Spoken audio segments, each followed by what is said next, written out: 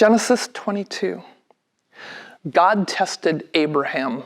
He called out, Abraham, Abraham. Oh, here I am.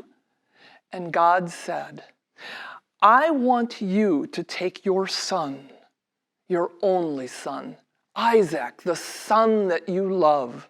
I want you to take him to the land of Moriah, and there I will point out the place where I want you to sacrifice him as a burnt offering to me. Oh. And so, early the next morning, Abraham arose. He gathered the wood that he would need for the fire, and he placed it upon the donkey. He gathered the other things that he would need, and then Abraham, Isaac, and 2 servants began their journey to the land of Moriah. They had traveled for 3 days, and then in the distance, Abraham saw the place that God had pointed out.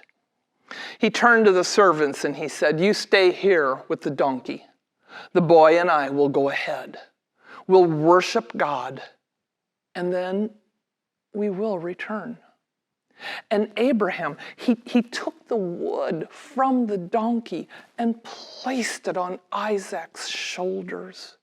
And Abraham himself carried the fire and the knife. They began their trek up the mountain, and they hadn't gone too far when Isaac called out, Father, here I am. Father, we have the wood, we have the fire, but where's the lamb for the sacrifice? And Abraham said, the Lord himself will provide the lamb. And they continued their journey up the mountain. When they reached the top of the mountain, Abraham began to gather stones and he built an altar. He took the wood that Isaac had carried and he placed it upon the altar. And then he took his son. He bound his hands. He bound his feet. And he placed him upon the altar. And then Abraham, taking the knife in hand, was ready to sacrifice his son. When the angel of the Lord called out to Abraham, Abraham, here I am. Abraham, don't hurt the boy. Don't do anything to him. You have proven your fear of the Lord. Abraham looked up, and there, in some shrubs, he saw a ram, and its horns were tangled in the twigs and the vines. He went over and got that ram and placed it upon the altar and sacrificed it to God.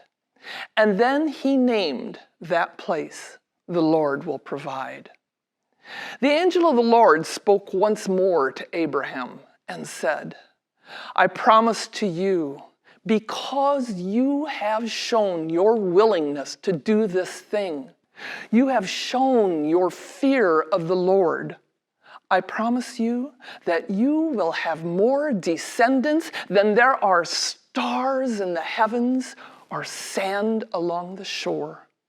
Your descendants will have their enemy's gate, and it is through your descendants that all people on earth will gather blessings because you listened to my voice.